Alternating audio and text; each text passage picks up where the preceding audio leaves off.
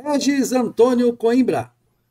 Aurélio Schomer, em Porto Alegre, meio-dia e 16 minutos do dia 13 de dezembro de 2020. Bom, eu estou controlando aqui, tá um pedacinho de chocolate na mão, mas eu vou segurar o chocolate para a conversa sobre dieta paleo. E o chocolate industrializado e tal não faz parte da... Acho que até, se fosse possível, coletar o grão do cacau lá. Mas ele é tóxico, Olha, né? eu posso ler aqui o verbete da Wikipédia enquanto come o chocolate, quer? Tá, vai. Paleodieta, na Wikipédia, tá? A paleodieta, ou a dieta paleolítica, é uma dieta contemporânea que consiste numa alimentação à base de plantas selvagens, carne, peixe e ovos, habitualmente consumidos pelo Homo sapiens durante o Paleolítico, período durante o qual começou a ser desenvolvida a agricultura. Tornou-se popular em meados da década de 1970 através do gastroenterologista Walter L. Vogelin. Vogelin. Não é o Vogelin que o... Não, filósofo. E prontamente foi estudada por numerosos autores e pesquisadores e exposta em diversos livros, jornais e revistas acadêmicos. Vou acelerar aqui. Construída sobre os princípios da medicina darwiniana, este conceito nutricional é baseado na premissa de que os humanos estão geneticamente adaptados para a dieta dos seus ancestrais paleolíticos e que a genética humana pouco mudou desde o tempo do florescimento da agricultura. Portanto, segundo a teoria, a dieta ideal para a saúde e bem-estar humanos deve parecer-se com a de seus ancestrais paleolíticos. Proponentes da paleodieta, diferem um pouco nas suas prescrições dietéticas, mas todos eles concordam que as pessoas hoje em dia deveriam comer principalmente carne, peixe, vegetais, frutos ou evitar ou limitar cereais, legumes e leguminosas, laticínios, sal e açúcar refinado. Assim como qualquer plano alimentar, existem restrições e críticas a esse modelo. Abaixo alguns pontos que sempre são levantados pelos críticos e estudiosos do assunto. 1. A evolução humana não parou no Paleolítico, então não há nenhuma razão para que devamos seguir uma dieta paleo. A resposta dos defensores para esse argumento é que mesmo que tenhamos evoluído e nosso organismo tenha se adaptado à vida moderna, isso representa muito pouco perto dos milhões de anos que o ser humano tem de histórico alimentar. As alergias ao glúten e lactose de parte da população mostram que essas adaptações ainda apresentam limitações. A dieta do Paleolítico é perigosa porque permite a carne vermelha, que entope nossas artérias e encurta nossa expectativa de vida. Os argumentos contrários a essa afirmação pregam que existe um viés ao associar o consumo de carne vermelha a doenças cardiovasculares, uma vez que existem pessoas que consomem carne vermelha em excesso, porém também consomem açúcares e gorduras em excesso e não praticam nenhuma atividade física. Logo, a relação está mais próxima ao fato das pessoas terem uma vida desequilibrada e não ao consumo de carne vermelha. Com certeza. Não há nenhuma evidência para apoiar a dieta do Paleolítico. Comprovações arqueológicas mostram que a partir do momento em que o homem passou de caçador-coletor para uma dieta baseada na agricultura, sua saúde apresentou um declínio. Comprovações arqueológicas apontam que caçadores-coletores eram mais saudáveis no que se refere ao condicionamento físico, e isso está relacionado não só ao hábito do exercício físico, mas também da dieta que era seguida. E aí segue. Bom, vamos lá. Eu estudei isso aí durante longos anos, até porque eu tenho problema de uma tendência à obesidade, um problema de família já, que vem de formar essa barriga, que é a pior obesidade que existe, que é a mais perigosa, a mais perigosa associada da barriga, a mais problemas de saúde, né? Exatamente, problemas de saúde em todos gerais. Bom, então o que acontece? Principalmente estudei, li livros de referência, acadêmicos, de especialistas, não vou ficar dando bola para palpiteiro, né? Porque nessas coisas, né, você tem que entrar pelo campo da bioquímica, né? O campo não é um campo fácil, né? E a ciência tem muito mais dúvidas do que certezas. A ciência sabe, por exemplo, isso eu li num livro que até foi editado com o pessoal de Harvard, que ela sabe que as frutas vermelhas fazem muito bem. Mas a ciência não sabe exatamente por que as frutas vermelhas fazem muito bem. Eles observam empiricamente, em pesquisas, que as pessoas que consomem mais frutas vermelhas vão ter, na média, uma saúde melhor do que aquelas que consomem menos frutas vermelhas. Então, eu recomendo uma fruta vermelha. Uma delas, inclusive, que é de largo consumo, porque os italianos fizeram esse largo consumo, né? Fizeram esse favor de essa planta das Américas transformar em largo consumo, que é o tomate. O tomate Tomate. é uma fruta vermelha e realmente tem se Acho que é um observado. pseudofruto É, vermelho. e tem se observado empiricamente, em pesquisas, que o consumo de tomate é extremamente benéfico, inclusive na forma de extrato de tomate, que o tomate, uma vez cozido, ele liberaria ainda mais elementos positivos na questão. Bom, sobre isso também existe toda uma corrente, já escrevi vários livros escritos sobre a questão do trigo, né? Do trigo do glúten, e de que o glúten seria inflamatório mesmo nas pessoas que não têm alergia a glúten. Há uma séria discordância sobre isso. Agora se descobriu no Brasil, pesquisadores brasileiros descobriram que a nossa tapioca provoca aquele efeito que já é conhecido bastante pela medicina, pela biociência, na verdade, medicina, modo de dizer, na verdade nós estamos falando de bioquímica, a bioquímica do corpo humano, que é o pâncreas soltar a insulina muito rápido, a partir do momento de uma carga de carboidrato de rápida absorção, isso fazer com que com o tempo o pâncreas vai perdendo a elasticidade disso e provoca a diabetes tipo 2. Então, As células se tornam resistentes à insulina. exatamente. E aí você já tinha alguns vilões conhecidos, que eram o açúcar refinado, a farinha de trigo pura, né? Sem gorduras, a gordura atrasa essa absorção. O arroz branco e a batata também sem gordura, batatinha comum, não a batata doce, que teria um alto índice glicêmico, se diz hoje, né? Hoje se fala em índice glicêmico. Então, esses amidos resultantes da agricultura, eles costumam ter alto índice glicêmico, e se descobriu que a tapioca, ou seja, que chama, a fécula da mandioca, né? A fécula da mandioca, não é a farinha. É equivalente à fécula, não sei se chama fécula. Exatamente. Que ela provoca esse efeito ainda mais agudo. Ela é um dos mais rápidas respostas. Então, realmente se torna um risco aí.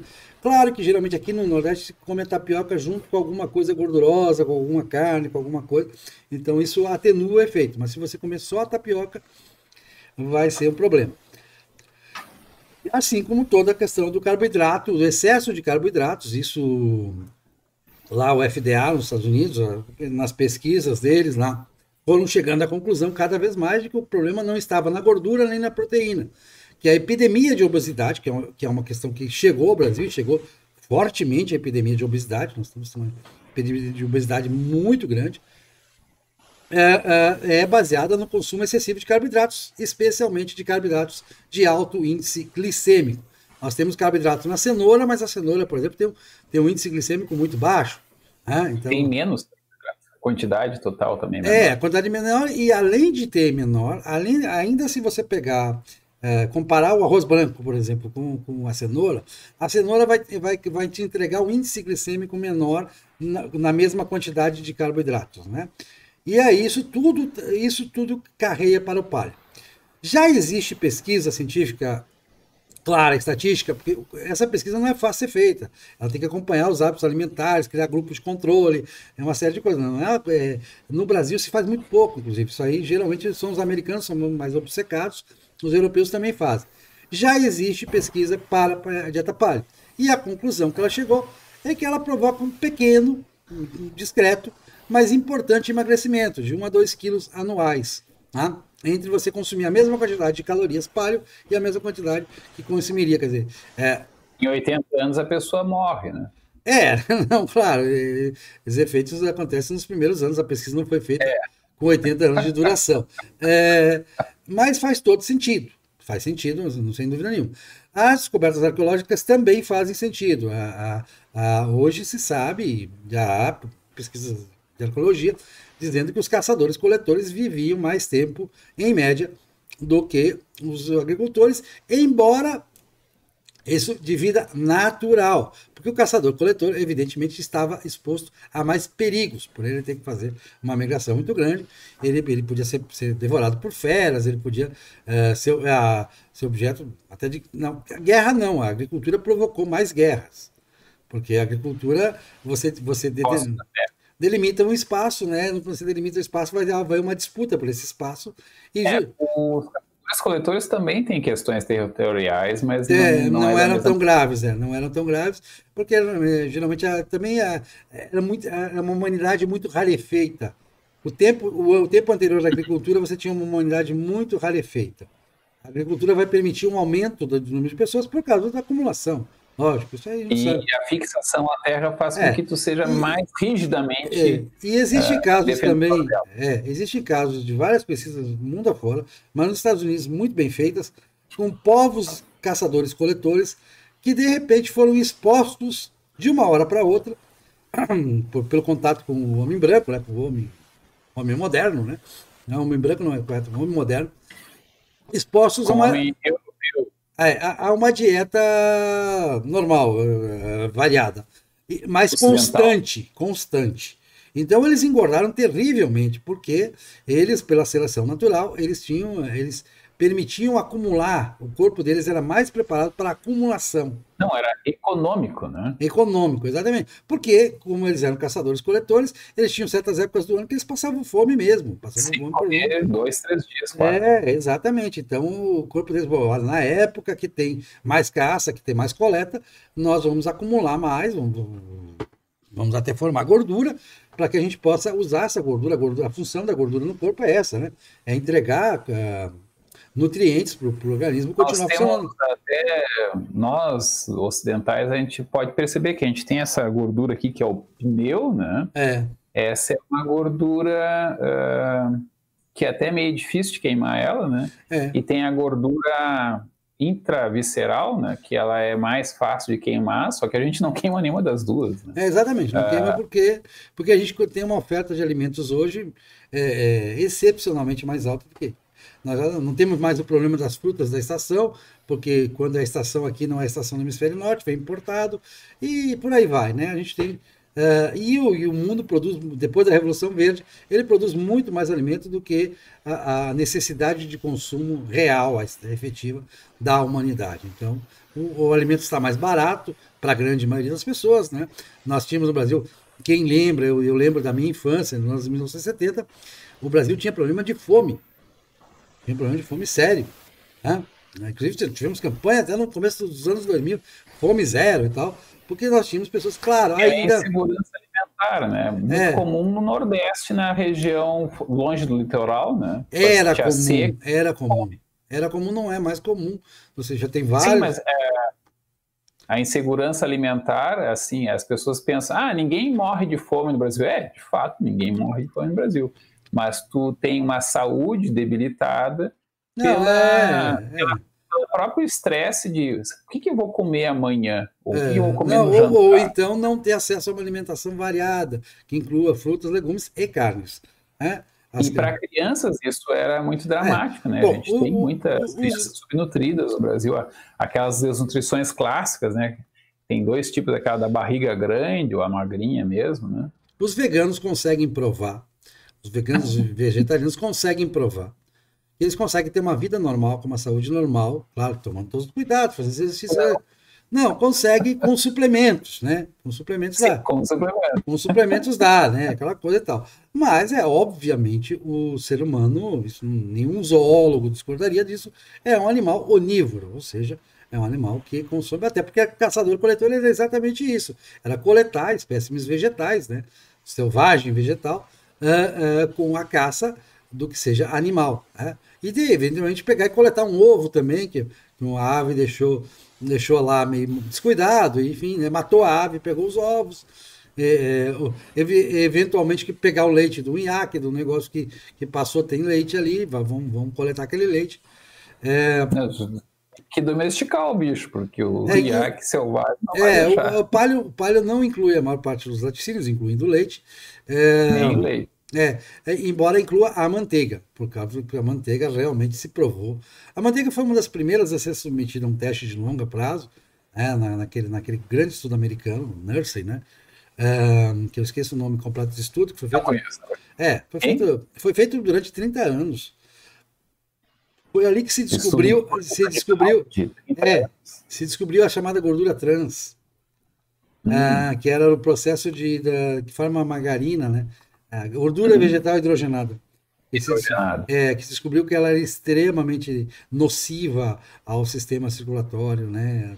Ela é extremamente Mas nociva. é muito boa para culinária. Mas aí a substituta, Culinária industrial, quero dizer, né? Não para culinária. a substituta mais palatável, digamos assim, para o consumidor comum, é a manteiga, e a manteiga se provou, se não mais saudável, muito menos nociva, né? E os paleos geralmente defendem a manteiga como a gordura Muito padrão. menos nocivo é saudável, porque, enfim, né, a gente dura 120 anos. Exato. Pode ser que dure mais, pode ser que a gente encontre comidas que sejam menos nocivas e que a gente possa viver com saúde até os 130, 140, né? Mas isso é um processo que a gente vai descobrindo aos poucos, né? A dieta paleo, então entrando no tema, né? Ela me parece tem algum fundamento, não há dúvida disso, só que ela é muito centrada em alimentos muito nobres, né? Então a grande dúvida é como trazer os benefícios da dieta paleo para a dieta contemporânea, que é muito industrializada, né? A gente vai verificar que quase toda... A gente consegue fazer qualquer coisa de soja, né? Mas a soja, obviamente, é um alimento que gera muitos problemas, né? Não que ele seja ruim, né? Porque a alternativa da fome é muito pior, né? Mas assim, eu sou meio pós-humanista, transhumanista, né? E também não tem nenhum problema com engenharia genética para nós e para as nossas animais e plantas modificados, né? Uhum. Pode ser por seleção artificial, pode ser também por engenharia genética. Eu não tenho nenhum problema de fazer churrasco de soja, desde que seja gostoso e seja saudável. E a gente está um pouco longe disso, assim, mais de 10 anos à frente, mais de 20 anos do gostoso frente. a gente não está tanto. Do gostoso já existe tecnologia para tornar gostoso. Mas o saudável está distante. Está distante. Né? Então, a dieta vegana, ela é uma dieta totalmente louca, né? Enfim, mas ao mesmo tempo ela, de certa maneira, está no futuro. Os veganos são chatos, mas o que eles defendem não é tão absurdo quanto parece, ou quanto eles fazem parecer. Do ponto de vista da economia... Né? Porque eles são muito politiqueiros, né?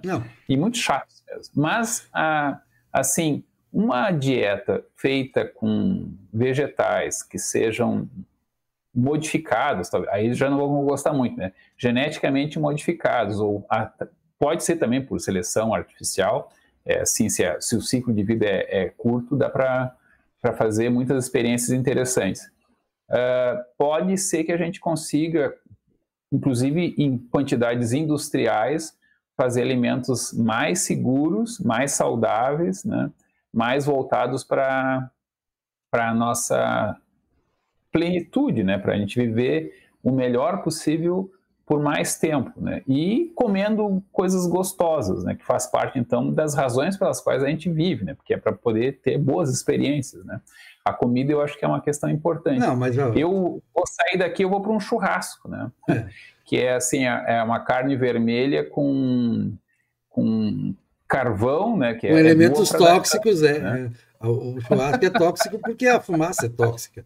Não nos esqueçamos disso, tá? Eu também gosto de churrasco. Mas... a mesma coisa do chimarrão aqui no Brasil. Teve uma época em que se suspeitava que o maior índice de câncer era por causa da água quente. Depois eles descobriram que um dos processos de secagem da erva mate é que adicionava elementos carcinogênicos, né? Uma receita paleo que eu uso muito para carne, né? Carne bovina, é que você usa a carne com bastante gordura, porque a gordura animal ela retarda o processo da digestão, né? E retarda a entrega glicêmica. Então ela previne ela emagrece, aliás, a carne gorda emagrece. Exatamente, porque ela previne.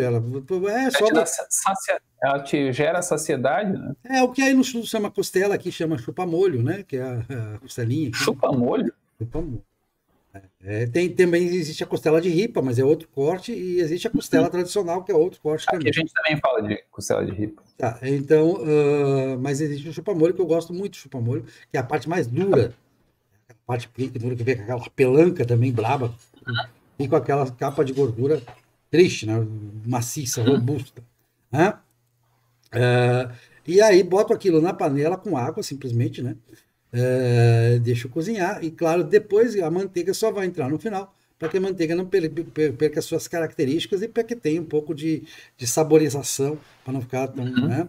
E aí isso é misturado com legumes específicos, legumes e verduras específicos, como, por exemplo, o quiabo. O quiabo é essencial, né? O quiabo, eu sei que aí no sul ele é pouco comum, mas A ele... gente não sabe nem fazer, né? Porque o quiabo tem um efeito de mucilagem.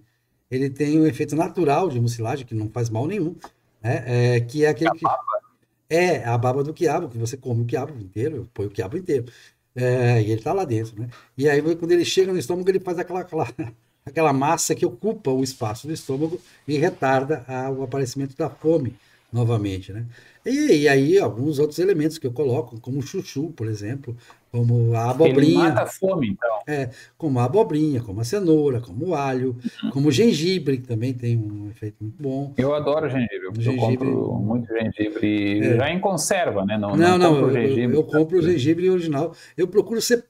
Eu não consigo fazer dieta totalmente paleo. Eu acho que é muito difícil fazer dieta paleo com as nossas condições, porque você tem que ir ao mercado constantemente, você tem que cozinhar constantemente. Muita coisa fresca, né? Você tem que cozinhar constantemente, você tem que fazer muitas coisas constantemente, que o alimento industrializado favorece enormemente, né? Dá uma vantagem incrível nesse ponto. Existe uma discussão dos pares com relação ao álcool, que o álcool é uma criação uma decorrência da agricultura entre nós, né? E aí, claro, há uma preferência pelos destilados em relação, principalmente pela vodka, que é puro álcool, né? Álcool e água, né? Porque ela tem menos elementos que o fermentado tem vários elementos já de carboidrato e tal, né? Embora todo e qualquer álcool seja carboidrato por definição, né? A cerveja é chamada de pão engarrafado, né? Exatamente. E é puro carboidrato, ela não tem gordura nem proteína. A proteína até tem, uma pequena quantidade. O brócolis também eu sempre procuro consumir, que o brócolis além de ter bastante proteína, ele é completamente... Mas o brócolis de verdade ou o brócolis híbrido, que na verdade é uma couve-flor metida a brócolis? A parte da flor do brócolis, né? Pode ser, não tem problema de ser híbrido. Mas qual que tu come? A flor do brócolis mesmo. Não. Não sei se ele é híbrido. Que tem o brócolis de 30, 40 anos, que sei. ele ainda é vendido, né? Sei. Tem o brócolis que eles inventaram recentemente, que se tu olhar para ele, tu diz, não, isso aqui não é brócolis, isso aqui é uma couve-flor verde. verde. Tá, mas importa. A couve-flor também é bom. Não, eu como esse parecido com couve-flor, né? Mas os estudos também... A suspeita estava certa. Não, mas os estudos sobre o brócolis, os nutricionistas dizem que esse brócolis também tem elementos muito bons. Ele não é ruim, né? Ele é permitido no paleo sem problema nenhum. Qualquer verdura, qualquer salada, a salada normal, né? Que é feita de folhas, de couve, por exemplo, de couve é muito boa. O tomate, não se fala, né? Esse tomatinho que também é um híbrido, um tomatinho pequeno, o tomate cereja, né? Ele é muito saudável, não tem problema nenhum. Também não tem problemas com agrotóxicos, vamos tirar esse negócio de... Eles degradam muito rápido, né? Degradam muito rápido e as quantidades que nós consumimos são mínimas, né? Basta lavar que você já tirou 90% aí, o que ficou também não vai matar ninguém. Se matasse, se os agrotóxicos, chamados agrotóxicos, que são defensivos agrícolas, não são agrotóxicos, não gosto dessa palavra, são defensivos agrícolas. Se eles fossem ruins, a longevidade da humanidade não tinha dobrado a partir do momento que nós começamos a adotá-los. Um pouco... Aquelas confusões, né? Porque tu tem que ver que a longevidade era muito diminuída porque tu faz o cálculo de água potável. Nascer, né? Aí tu reduz o pessoal está morrendo até mais cedo, mas se as crianças não morrem, eu sei. De vida explode muito. Tem a questão da violência, tem tudo mais. A questão é que eu não vejo aí uma presença dos defensivos agrícolas, ainda mais do controle que existe hoje sobre os defensivos agrícolas, que é muito melhor do que nos anos 70, por exemplo, quando eles começaram. Eles são muito melhores, né? E o transgênico, inclusive, evitou muitos defensivos. Que, por exemplo, você tem um milho lá que ele já combate a lagarta pelo transgênico você usa muito menos inseticida. E por aí vai, né? A soja que usa um herbicida, não é que é natural, mas um herbicida que o Roundup, né? O Que não, glifosato? o glifosato que não, que já está provado que não. Nas doses em que nós consumimos, ele é absolutamente seguro para a vida humana. Ele age sobre a Já fotossíntese. não tem mais nem propriedade intelectual, é um genérico agora. Exatamente. Glifosato é o nome do genérico. Era o Roundup, era da Monsanto, né? O que era o de marca original. A soja que Que era da Monsanto. Não sei se a Monsanto ainda tem exclusividade na semente, acho que não.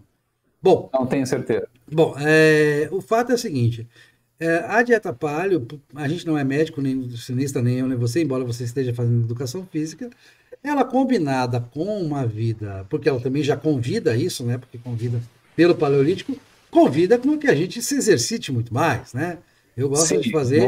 Vamos caçar a comida. Não, eu gosto. Aí você está na educação física, você sabe. Eu gosto da natação, que eu acho um esporte, um aeróbico de baixo impacto, né? De baixo risco também, de contusões e coisa e tal, né? E muito agradável também, né? A natação costuma ser agradável. Eu digo que é o esporte mais nojento do mundo, porque na água da piscina vai todo o ranho e tudo mais, né? E tu sai da água, não sei se a tua piscina é com cloro, né? Mas fica meia hora fedendo ao cloro que está evaporando da tua pele. Não, mas também não vejo muito mal nisso, ajuda a combater espinha também. Mas não sei. Acho que meus períodos que eu fico na piscina melhor. Assim, longo prazo, lógico.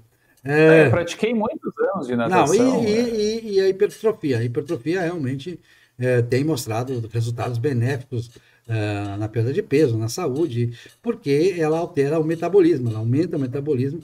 Aquele efeito, né? Eu acho que você, com educação física, sabe. Tu entra na água, já mudou. Não, eu estou falando da natação. Nós estamos falando da hipertrofia de musculação mesmo. Aí tu tem mais massa para gastar mais energia também. Mais massa para gastar mais energia. Ajuda a emagrecer, porque tu tem mais motor.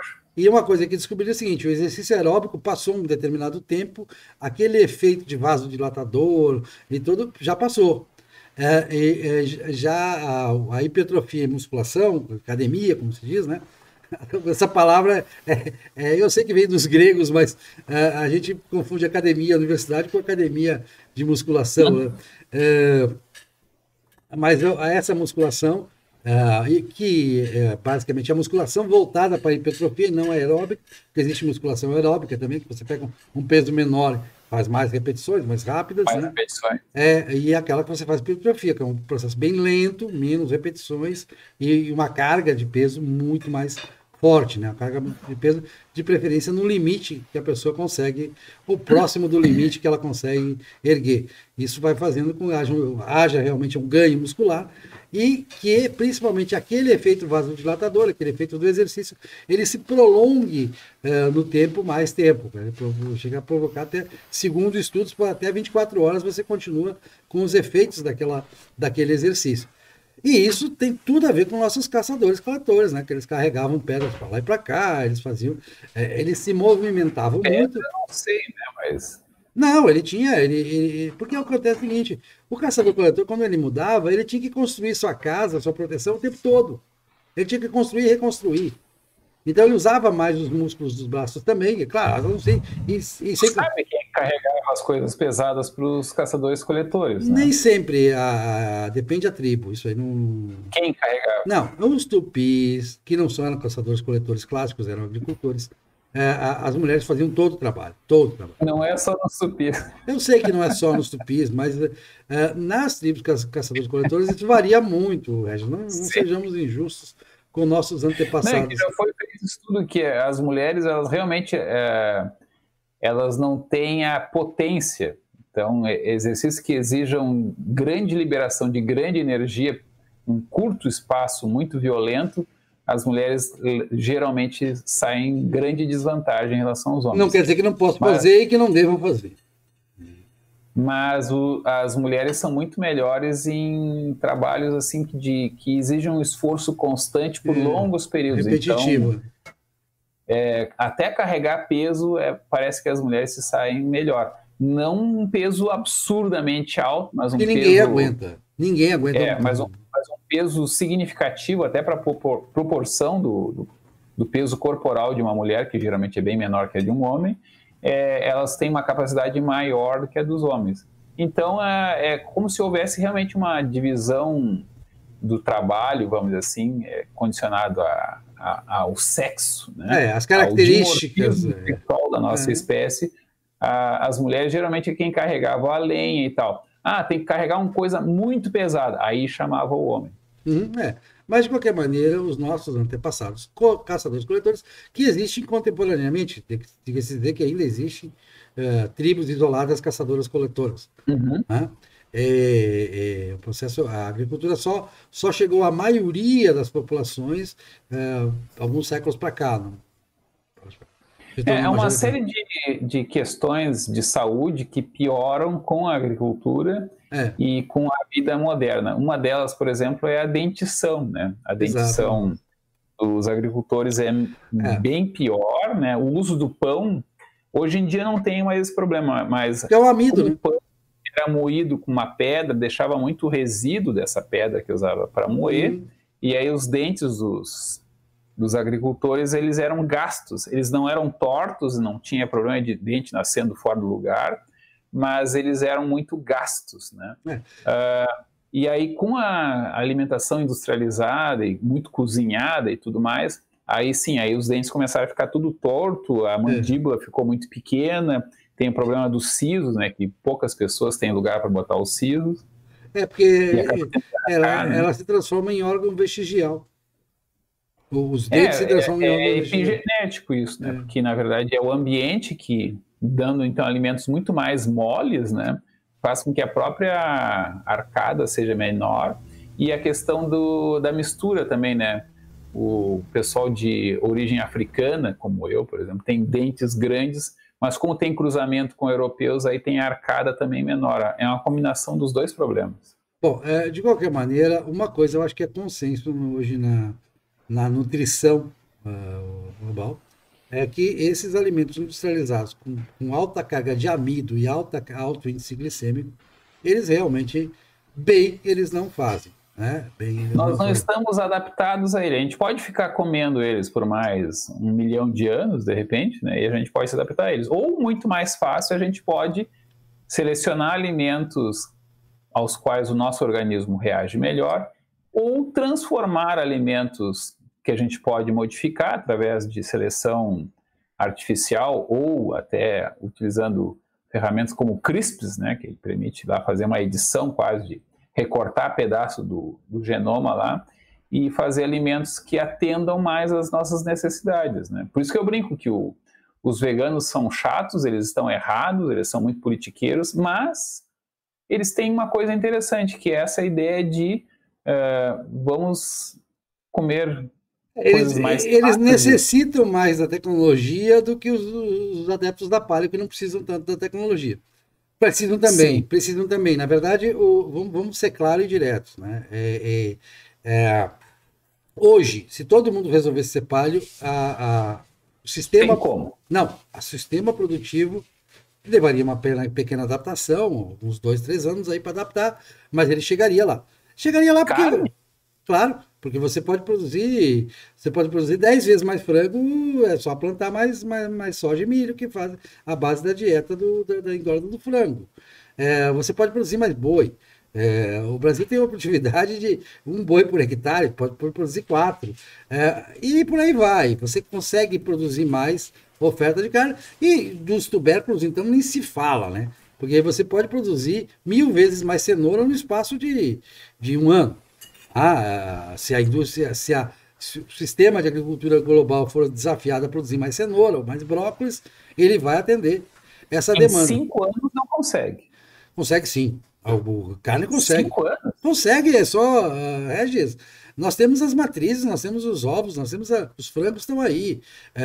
O frango é você dar uma ração que é totalmente vegetal, baseada basicamente em soja e milho, e está tudo bem, é fácil botar esses suplementos. Da mesma forma, se em 5 anos nós quiséssemos que todos que seguissem uma dieta vegana, haveria como, é só você fabricar os suplementos, está tudo certo. Ah, não tem problema de fazer isso, tá? Então, o que eu quero dizer é que não há um impedimento hoje técnico, tecnológico, a que você tenha, que a humanidade inteira opte lá na frente, ou a grande maioria opte pelo extremo vegano ou pelo extremo paleo, que são os dois extremos, assim, tá? Do que a gente, a maioria das pessoas ainda fica no meio termo, né? Sim. Ela consome tanto alimentos páleos, como carne, verduras e legumes, frutas, principalmente, né? A gente gosta muito de frutas. Tá? Felizmente gostamos de frutas, frutas são, em geral, muito saudáveis, principalmente as vermelhas. Tá? Mas então a gente está no meio termo. Mas se a humanidade pendesse para um lado ou para o outro, não haveria problemas para o sistema de produção mundial de alimentos, e isso inclui a indústria alimentar e os produtores primários, né? Os agropecuaristas, de fazer esse sistema funcionar e entregar o que a humanidade quiser optar. Não existe também, aí eu vou reconhecer, embora eu seja um entusiasta do paleo, e gosto da ideia, procuro ser paleo por tudo que eu li, por tudo que eu descobri, por questão do efeito na saúde, claro, combinado com exercícios físicos que eu tenho que voltar a fazer na intensidade que eu vinha fazendo e interrompi. É, não existe impedimento que todo mundo se tornasse. Não existe uma grande diferença entre de saúde, que ainda não, pelo menos, as pesquisas que existem hoje, para dizer que o paleo é muito mais saudável que o vegano ou vice-versa. Então não há uma diferença assim, olha, os paleos vivem 3 vezes mais que os veganos. Não tem isso e também não tem o contrário. Então, não existe essa diferença tão grande que se sabe do paleo, como dieta em si, é que você realmente, naturalmente, você vai não ganhar uns quilos a mais, pelo menos. Você vai ter a diferença de 1 ou 2 quilos anuais. Tem muito vegano gordo. Não, o vegano gordo é muito mais fácil, né? É muito mais fácil. Porque a quantidade de amido que ele vai ingerir, naturalmente, é muito maior, porque todos os alimentos que ele quer, todos os alimentos vegetais, em geral, têm muito mais amido do que proteína e gordura. Gordura é muito difícil já, gordura. A saciedade deles é mais difícil, porque eles têm menos gordura. E a gordura que ele vai pegar é ruim, ele vai pegar óleo de soja, né? Basicamente, claro, ele pode até optar por canola e tal, que é melhorzinho, que tem ômega 3, tem algumas alternativas vegetais aí interessantes de gordura, mas a gordura mais barata de vegetal, ela já se provou, principalmente se for hidrogenada, ela já se provou nociva. Eu tenho duas observações a fazer. Uma é que não há sistema à prova de idiotas, né? Então os veganos eles se encrencam muito porque muitos dos veganos, né? Eles acham que não, eles entram de modinha, né? Ou entram por questões políticas, né? Então é muito fácil ver veganos se estrepando porque, enfim, né, caiu nessa regra de que não há garantias se o cara tem problemas, né? Mas, assim, tenho amigos veganos, né, que eu passei a gostar muito de comida vegana, inclusive eu zombo deles, né, tipo, mas essa comida é maravilhosa, principalmente se tu não fores vegano, se tu não tiver uma restrição ideológica ou religiosa quase, né? Não, eu adoro biscoito, por exemplo. Não evito comer de qualquer jeito, mas eu adoro. Gosto. E a dieta paleo, como a dieta vegana, ou como qualquer dieta, né? Tem um grande divisor de quem tem sucesso e quem não tem sucesso, que é a questão da disciplina, né? E a disciplina em relação à comida é muito difícil, né? Porque muito. A gente foi programado para comer tudo que puder, né? Até não aguentar mais. E aí, algumas vantagens da dieta paleo sobre a dieta vegana. Ela favorece a saciedade, né? Então, em termos de comportamento para pessoas frouxas, que somos quase todos nós, a dieta paleo já é complicada porque tem que seguir uma regra e as pessoas não gostam de seguir regras, mas se uma pessoa comum for seguir a dieta paleo e uma pessoa comum for seguir a dieta vegana, o mais provável é que o que seguiu a dieta paleo, que conseguiu seguir, emagreça. E é mais provável que ele consiga seguir. A dieta vegana vai ser mais difícil de ele ter bom resultado. E é mais provável que ele consiga seguir rigorosamente. Sim, é menos complicado de seguir do que a dieta vegana. Exige um pouco, exige mais tempo disponível, na verdade, porque Você vai no supermercado, compra só o vegetal, é mais fácil. Tudo tá em pacotinho, né? Tá tudo empacotado, tá tudo bem Uhum. pronto já vem industrializado. O paleo. Já tem um mercado voltado, É. apesar dos veganos serem geralmente Não, anticapitalistas. mas eles podem simplesmente comprar biscoito de maisena, é vegetal. É 100% vegetal. Né? Porque até a gordura ali é vegetal. É claro que vai ter os veganos mais radicais que não vão ganhar, não, porque isso aqui é da Nestlé e tal, não vou usar. Mas é, isso aí já é. Testou em animais. Exato. Não, pelo amor de Deus, né? Tem uns caras que chegam. Não, é aqueles testarem em bebês. Ah, não, tudo bem. Ele só vai naquela seção do mercado de orgânicos, não sei o que lá, tá. É besteira. Orgânico tudo é. Aliás, se é um nome absurdo, é esse orgânico, né? Ora, Não, mas eu sou a favor dos orgânicos porque é o mercado. Então, sem sim, não, mercado, lógico, não, eu também. Sob esse ponto de vista, só o nome orgânico, que é uma coisa. Orgânico é tudo que tem carbono, né? Eu não sei. Esse é ou o contrário. Não, isso é químico. Tá, mas o que não é químico? Exato, o que não é químico? Tá, mas aí a gente está zombando de. No contexto orgânico, quer dizer cultivado, sem. Defensivos. Não, não é sem defensivos, eles admitem defensivos. Mas os Com defensivos. menos. Os defensivos não pode ser da Monsanto. Pronto, é esse que é o caso. É basicamente isso, né? Ah, mas isso aqui é natural. Sim, tudo é natural. Tá? E tudo é manipulado. É natural, já que é produzido Não, por um bicho, e outra, que é o não, ser e humano. toda a agricultura, 100% da agricultura é artificial, porque é o artifício humano, é o trabalho humano que faz a agricultura, qualquer que seja, a agricultura já é isso. A coletar. Tem uma turma que é os que só pegam aquilo que já caiu da árvore, por exemplo. Exatamente, não, isso aí é o coletor original, né, que realmente não cultivava nada. Não um caçador, porque o bicho tem que já estar Não, morto. o bicho já tem que estar morto. Aí, Às vezes alguns morrem, né? Porque aí o bicho já está em decomposição, ele errou. Não, o que existia é aquela história, né? Eu vi num documentário, né? Os caras fizeram uma reprodução do que poderia ser. Aí tinha os leões lá, pegaram uma presa e estavam comendo a presa. Aí os humanos lá em cima da árvore para se proteger dos leões, observando e tal, louco para comer. E não dava. Aí eles achavam uma distração, jogavam umas pedras para os leões se distrair, achar que estava vindo umas hienas ou achar que estava vindo outra casa, para poder ir lá rapidinho, tirar e pegar. Então, tinha. Não, alguns arqueologistas ou antropólogos físicos, né?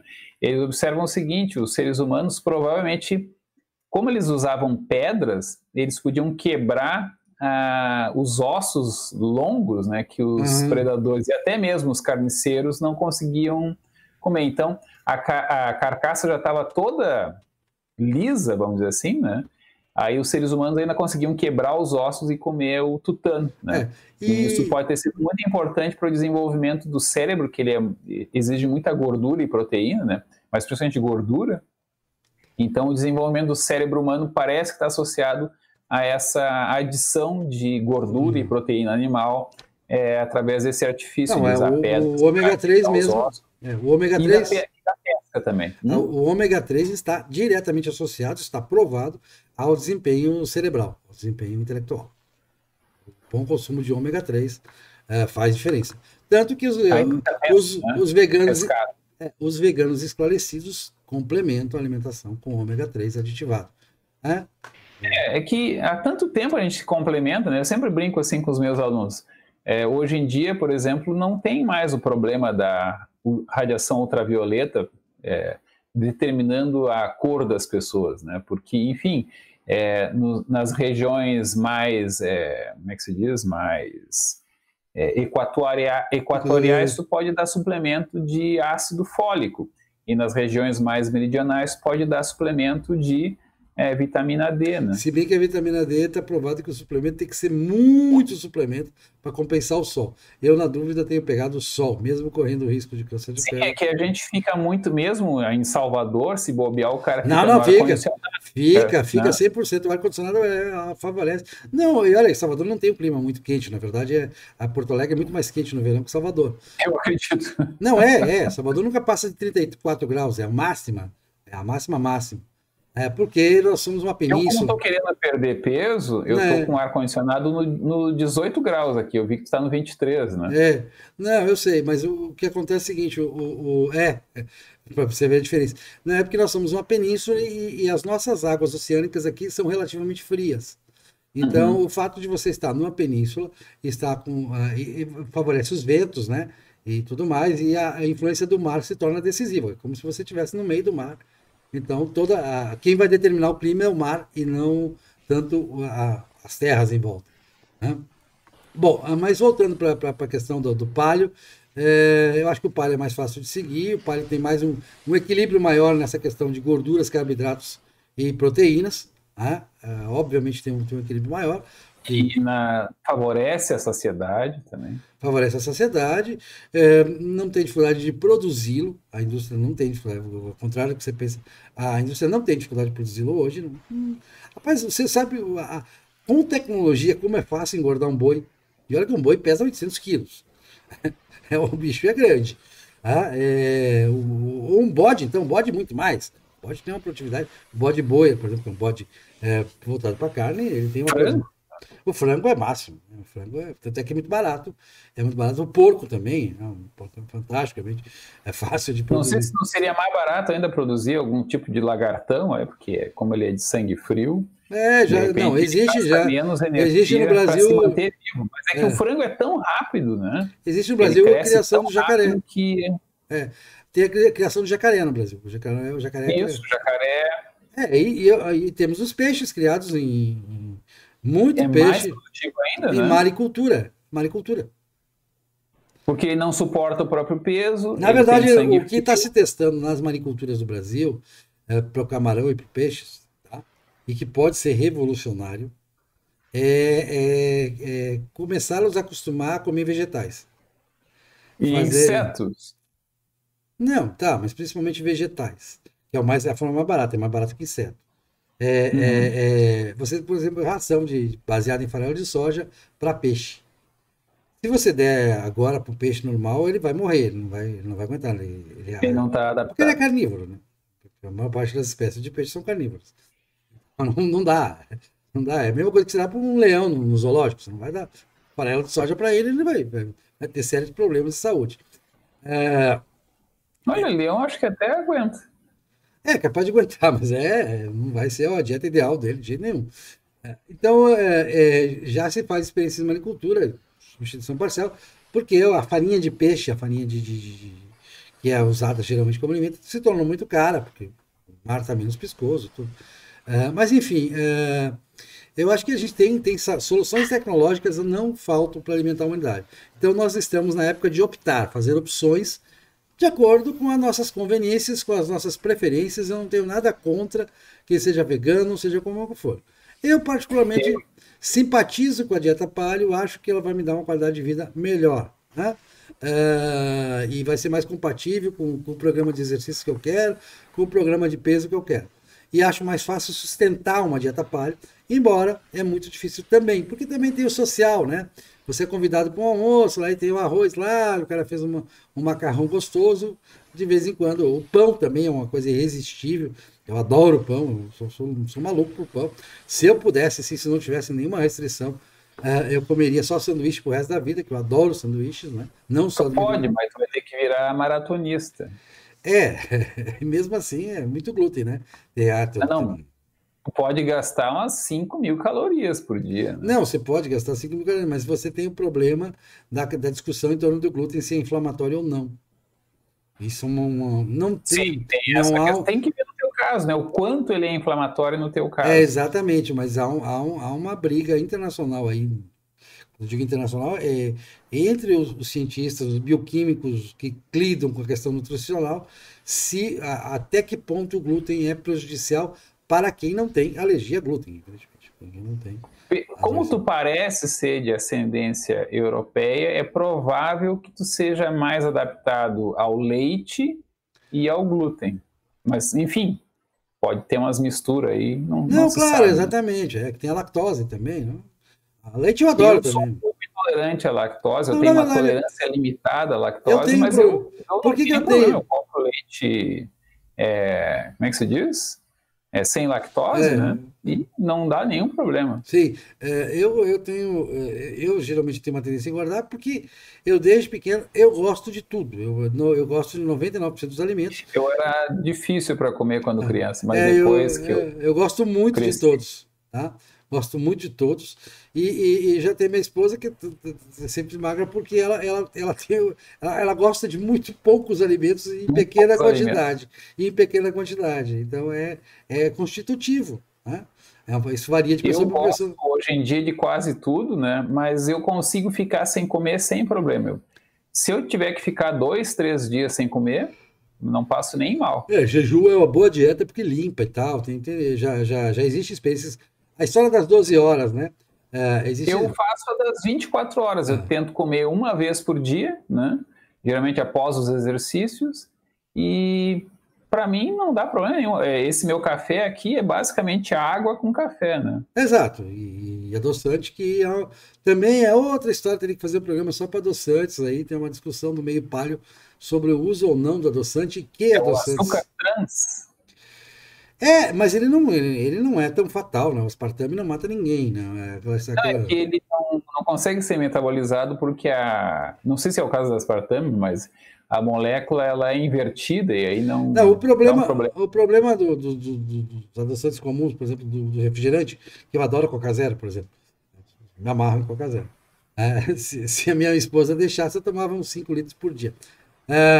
Mas o problema dele é que ele causa o mesmo efeito enganação no pâncreas. O pâncreas interpreta que recebeu açúcar e solta a insulina. Aí o adoçante pode De criar esse repente efeito. até esse açúcar entra na célula, só que não é queimado. Mas ele vai poder causar diabetes igual o açúcar comum causa.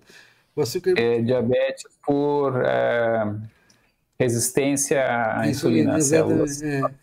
Então, claro, existem divergências, há controvérsia sobre isso. Isso é uma tese. Eu não tinha lido a respeito, É nunca uma li a tese, respeito. mas pesquisas comparando pessoas que tomam Coca-Cola normal com açúcar e Coca-Cola zero, chegaram à conclusão de que a Coca Zero não emagrece. Tem que ver o resto da dieta da pessoa, né? Ver se Não, não é uma correlação. exatamente, porque na verdade é o seguinte, O cara come carne, tem câncer, tem isso. Não, mas não é o problema da carne, que o cara come carne e não sei o não, quê. eu já notei, Então tem que. empiricamente eu notei que quando eu tomo chá com adoçante, eu tomo a Coca Zero, me dá vontade de comer algo doce. Talvez com a Coca-Cola eu não tivesse tanta vontade, porque eu já estava comendo açúcar. É que aí tem a crise hipoglicêmica, né? É, Cai muito açúcar rápido na corrente sanguínea, o organismo produz um monte de insulina para tirar aquilo da corrente sanguínea e botar até na porque célula. o organismo achou que você tomando a Coca Zero estava tomando algo doce. Isso como fome, quer comer de novo. Aí teria a lógica, a ideia de que o organismo interpretou que com aquela Coca Zero você está tomando algo doce e que ele precisa queimar aquele doce, né? Só que não É tem que doce nem nenhum. tudo é o organismo interpretando. Também tem muito da psicologia, né? Exatamente, claro, né? Você sentiu que tomou algo doce. Parece que não Aí é. pode até estar envolvido neurotransmissores, ou seja, o teu organismo, por outros meios, identificou Agora, que comeu eu algo também, doce, sei também tenho lá. a experiência empírica, que aí exige uma disciplina muito grande, de você tomar chá com adoçante e não comer nada, ficar em jejum. Aí você emagrece para valer.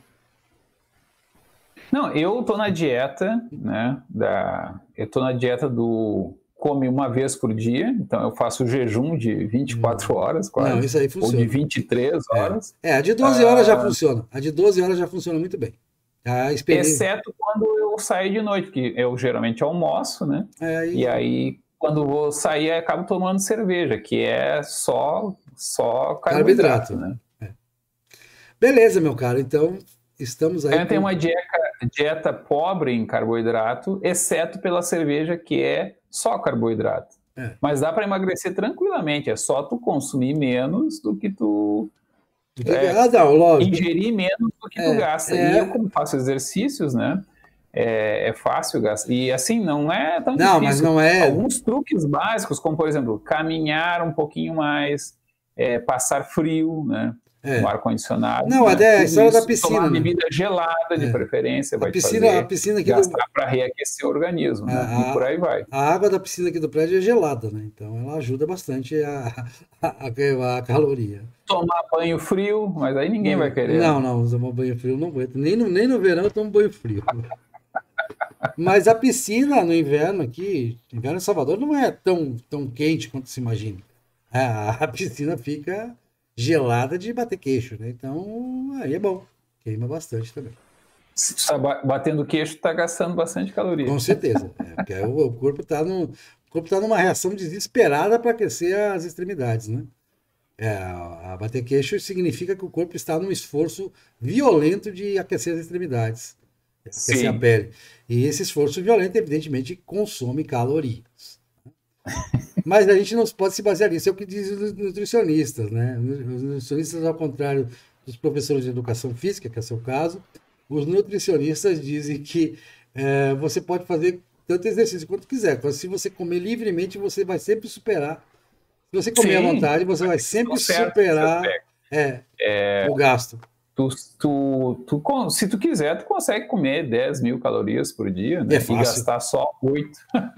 8 mil calorias por dia é treinamento de nadador olímpico, né? Claro, o cara você ficar umas 5 horas na piscina. Mas enfim. Mas assim, tu consegue comer calorias. É por isso que tem gente que faz a cirurgia de redução de estômago e consegue engordar. O cara vai lá, pega o leite condensado e toma direto ali, de pouquinho em pouquinho. O cara consegue engordar, mas o cara ele é disciplinado no sentido oposto, né? O cara tá treinado para consumir tantas mil calorias por dia. Porque ele vai ter Isso é difícil controlar. E ele vai ter dificuldade de absorver outros nutrientes, né? Por isso que é suplementação direto para quem faz cirurgia de redução do estômago, né? Eu espero nunca chegar nisso. Não. Tu parece ter um mínimo de disciplina, né? E mínimo é o que é suficiente para conseguir manter, pelo menos. Não sei se tu vai emagrecer, não sei se tu quer o bastante, né? Não, o problema de emagrecer... Tu tá disposto Não, veja bem, Regis, vamos ser claros com relação a isso. Tudo que eu li a respeito também. A pior coisa é efeito sanfona. O efeito sanfona é extremamente danoso ao corpo. É pior do que manter a gordura em determinado patamar.